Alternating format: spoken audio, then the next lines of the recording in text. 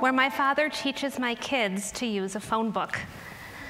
My children recount my 84-year-old father's childhood escapades the way they do the episodes of Friends.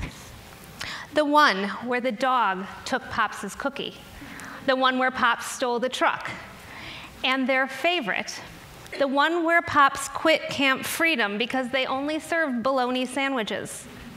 Breakfast, lunch, dinner, they flung them to us out of the back of a truck like we were dogs. He tells my kids from his kitchen table in Palm Springs, where I take my kids every winter break. Do me a favor, he tells me.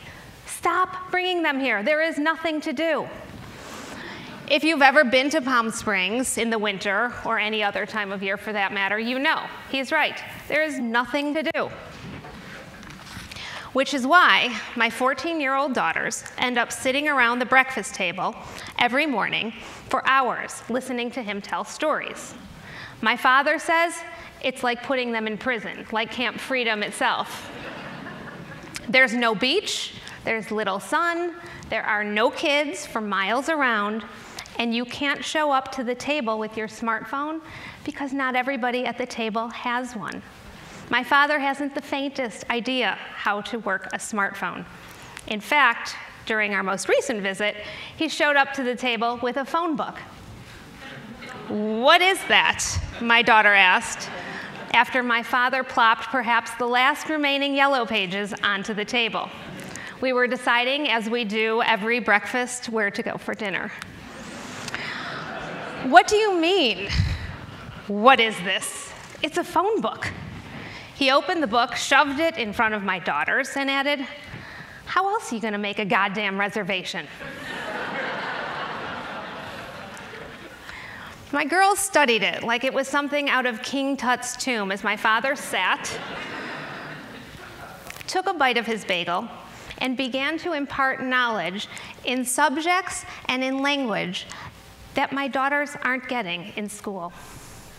Breakfast for my father is a thing.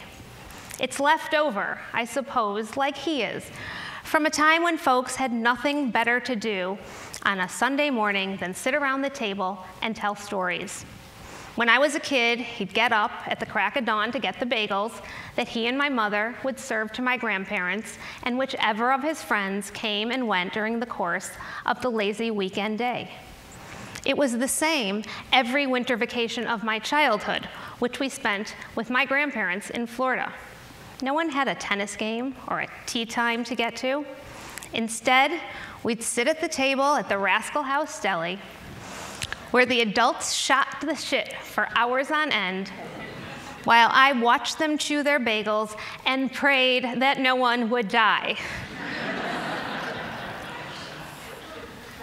The same, I'm sure, as my kids do now, as my father huffs and puffs from the carrying of the phone book. But all the while, they are learning, like I did, despite themselves. From their penance in Palm Springs, they know how to work the dice board, the same way that I learned at my time around the table how to smoke a cigar. They know how to drive a car, and we all know how to dance the Charleston. As my father is the only person my kids know who doesn't own a cell phone or have an email address, he is one of the only people my kids know who's 100% present in their presence 100% of the time. And therefore, so are they in his. They check their phones at the counter right before the kitchen table, where they munch on bacon and fried salami and listen to my father tell his stories. The same stories my brother and I also know by heart. His stories rely on a regular cast of characters and a predictable plot. That of the underdog overcoming, against all odds, a series of hardships that tend towards the ridiculous and make his presence at the table nothing short of a miracle. He is a living, breathing situation comedy, from which my kids learn, I hope, lessons that I don't know where they'd learn anywhere else. From the practical, like entertainment need not come from a screen and success need not come from school, to the past, like how FDR ended the Depression and the mob created Las Vegas.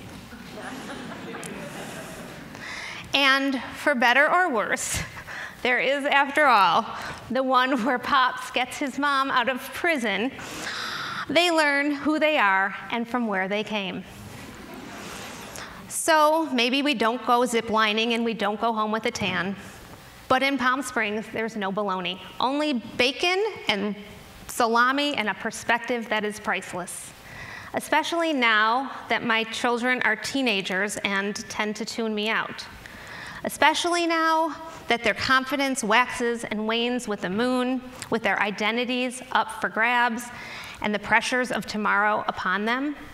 They are, these days, preparing to go to high school, which means making decisions in areas that they lack the necessary information. What subjects do they want to study? What activities do they want to do? These decisions domino into bigger ones about where they want to go to college. And to my anxiety-prone analytical daughter, they trigger existential ones, like, will it all turn out okay? Naturally, they have answers to none of this, and their parents' reassurance carries little weight. But from a survivor of Camp Freedom and everything else, take it from me, none of this matters. It's comforting to hear. Pops is living proof that there is more than one way to skin a cat, which, in a society ridden with rules and driven by convention and a fear of the road less taken, is a valuable lesson. As valuable as knowing how to use the phone book. Just in case those phones or whatever they are stop working, he explains as he chews his bagel, you guys will know how to get your hands on a goddamn pizza.